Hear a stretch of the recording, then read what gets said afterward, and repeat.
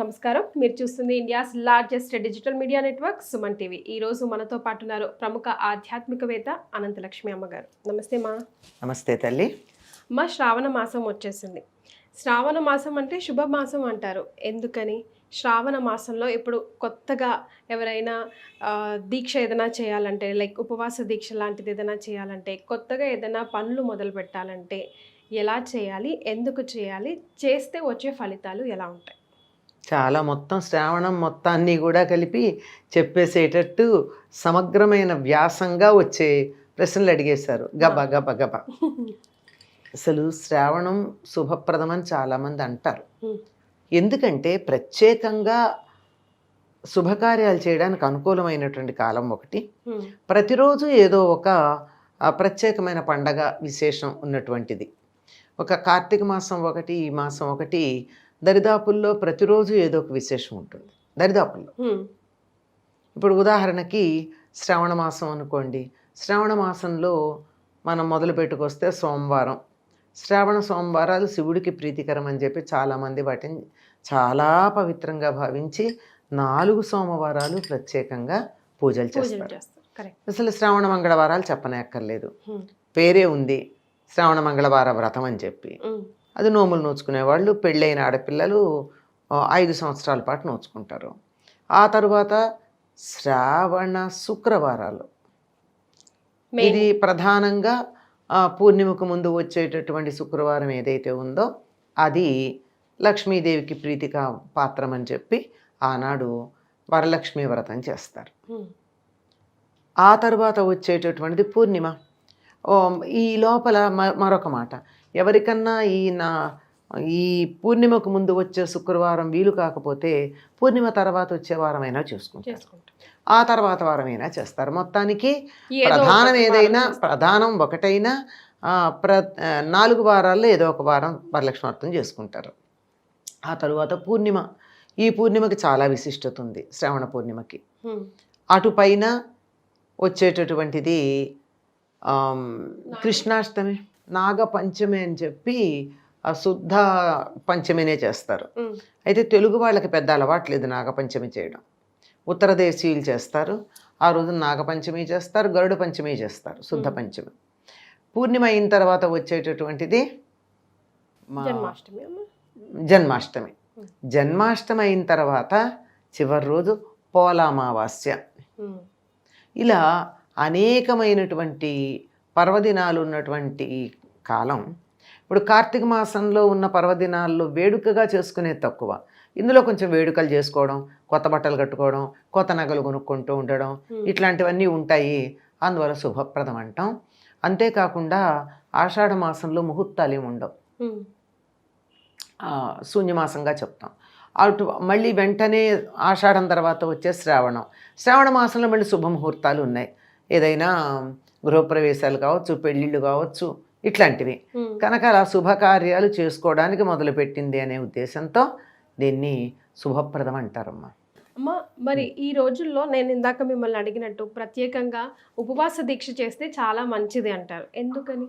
ఇది చాతుర్మాస్యంలో ఒకటి కదమ్మా. ఉపవాసం అంటే పూర్తిగా భోజనం చేయకుండా ఉండడం అని కాదు, దైవ సన్నిధిలో ఉండడం. ఈ కాలంలో దైవంతో మనం అనుసంధానం చేసుకోవడం చాలా ప్రధానం.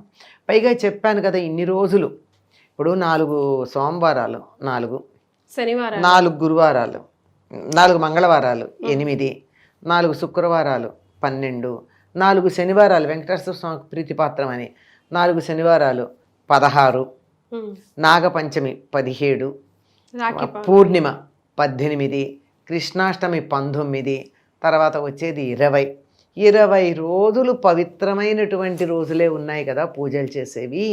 అంచేత ఎలాగూ పూజలు చేసేటటువంటి వాళ్ళు ఆహార నియమం పాటిస్తారు. ఈ నెల పాటించినట్టే బాగానే ఉంటుంది కదా, అంచేత ఇది గృహస్థులు కూడా చేసేది. వాస్తవంగా ఇది చాతుర్మాస్యంలో భాగం గనక చాతుర్మాస్య విధి ఒక్కొక్కళ్ళకి ఒక్కొక్కటి ఉంటుంది కదా. ఆ విధి ప్రకారం దీన్ని కూడా ఉపవాస దీక్షలు చేయడం ఉంటుంది. ఉపవాసం అంటే భోజనం మానేయడం కదా, ఆహార నియమం పాటించడం మాత్రమే. అంటే పగలు తినేసి సాయంకాలం ఏ పండు తిని ఊరుకోవడం, అంటే 2 పూట్ల 3 పూట్ల బాగా మస్తుగా తినకుండా మరి ఇప్పుడు చేయకూడని పనులు ఏమన్నా ఉన్నాయా శ్రావణ మాసంలో ప్రత్యేకంగా? అమ్మ శుభకార్యాలు చేసేటప్పుడు ఇప్పుడు చేయకూడని పనులు కొన్ని ఉంటాయి కదా, అబద్ధాలు ఆడడం, దొంగతనం చేయడం, అలాంటి పనులు చేయకుండా ఉంటారు అంతే.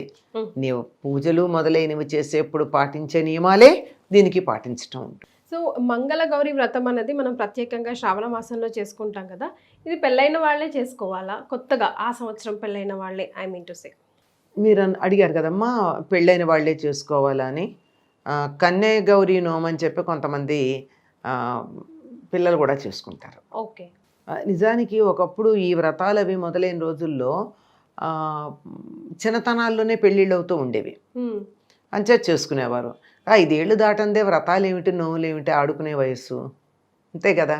అది దాటాక ఇంకా పెళ్ళి కాకపోతే నెమ్మదిగా తర్వాత కాలంలో కాస్త ఆలస్యంగా పెళ్ళిళ్ళు చేయడం, యుక్త వయస్సు వచ్చాక చేయడం అలాంటివి మొదలుపెట్టాక వీళ్ళకు కూడా చేసుకోవాలనే కుతూహలం కలుగుతుంది, పూజలు చేసుకోవాలని.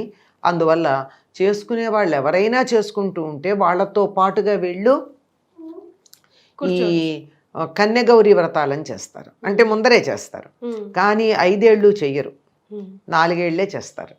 5వ ఏడు పెళ్ళయ్యాక చేసుకుంటారు, అప్పుడు పూర్తవుతుంది.